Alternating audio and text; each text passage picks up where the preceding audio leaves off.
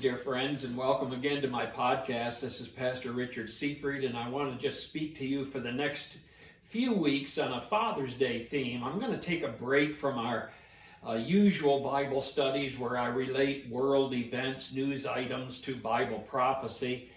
For one thing, the news is so depressing these days, I get depressed even talking about it. But I want to focus on a theme that maybe will be a great encouragement to your heart, and that is the role of fathers. And for the next 3 weeks, I'm going to pick out 3 different characters in the Bible that I believe really are great role models of what every dad should be, every Christian man should be. And so I'm going to begin with someone that you might not expect to be put in that category, and that is the patriarch Job. I'm reading from Job chapter 1. There was a man in the land of Uz whose name was Job, and that man was perfect and upright, one that feared God and shunned evil. And there was born unto him 7 sons and 3 daughters.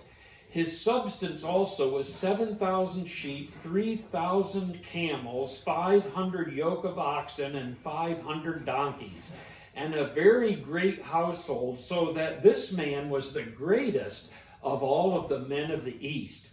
And his sons went and feasted in their houses, every one on his day, and sent and called for their 3 sisters to eat and drink with them. And so it was, when the days of their feasting were gone about, that Job sent and sanctified them, and rose up early in the morning, and offered burnt offerings for them all, according to the number of them all. And because Job said, "It may be that my sons have sinned and cursed God in their hearts." Thus did Job continually. Well, we usually think of Job only as the man who endured great trials. And of course, if you read on in chapter 2, you find out that he certainly was experiencing great trials and tragedies, probably more so than any other person has ever experienced on earth. And you know the story, how he lost all of his possessions, and then the building collapsed on his sons, his family died, and even his wife turned against him and stopped supporting him. But I want to share with you from these verses that I read 3 things about this man Job that I think makes him an ideal father. First of all, his Christian character. Character is what a man is made of. Christian character is what God makes of a man, and there's a difference. This man was a godly man. The Bible gives him 4 characteristics. Did you notice that? He was perfect, upright, he feared God, and he shunned evil. That last statement, I think, is significant. He stayed away from evil. He was a man of moral integrity, and it reminds me of what David wrote in the Psalm 1 about the blessed man. Blessed is the man that walks not in the counsel of the ungodly, or stands in the way of sinners, or sits in the seat of the scornful. You see, Job was a man that just stayed away from evil and sin. Moral character and integrity is a more important trait than anything else. We're going to find out in a moment that he was a very wealthy man, very, very wealthy man. And yet God puts the emphasis on his moral character, which I think is quite significant. Even after he lost his whole family and all of his possessions, we see his character, his godly character, when he said, "Naked I came out of my mother's womb, and naked shall I return thither. The Lord gave, and the Lord has taken away. Blessed be the name of the Lord." And then it says, "In all this Job sinned not, nor charged God foolishly." So even when he lost all of his possessions, he still blessed God and praised God. That's an amazing thing. So we see his Christian character. Second, we see his complete control. It says in this passage that he was a man of great wealth. He was the greatest of all of the men of the East. But material wealth is not all there is to live for in life.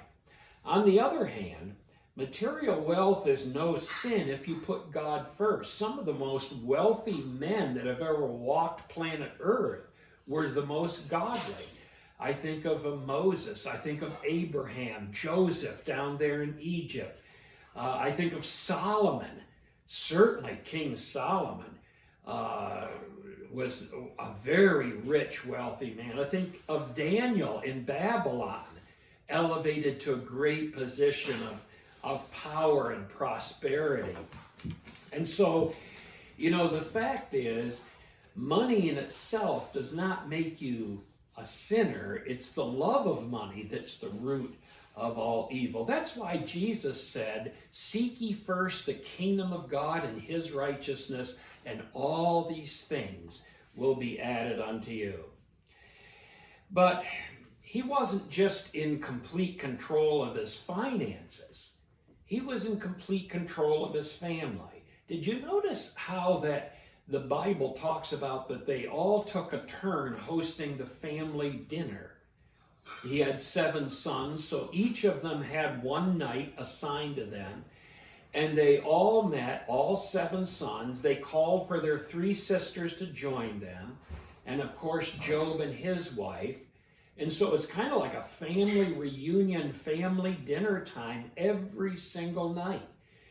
This guy was highly organized. My goodness, what a man of organization, to even have the family dinner times assigned to various members of the family. But the most important thing is that he realized that mealtime is a family bonding time.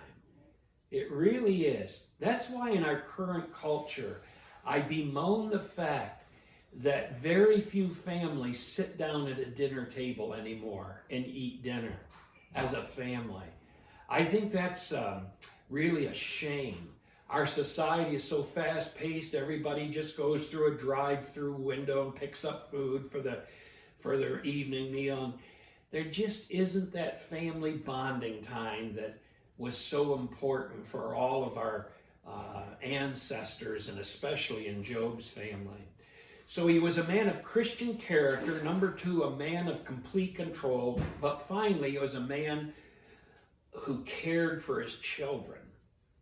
He had a family worship service every Sunday morning. After all 7 evenings went by and everybody took a turn hosting dinner, he got up early on Sunday morning and gathered the family together for a worship service. And one of the things he did was he offered up burnt offerings. And he said, "In case my sons have sinned, I'm offering this." He didn't know that there was any particular sin in their life. But here's a man that knew what it was to pray preventatively for his kids. That's a good pattern for all of us as fathers. Don't wait until your kids fall into some deep, dark, awful sin and then decide you better pray for them.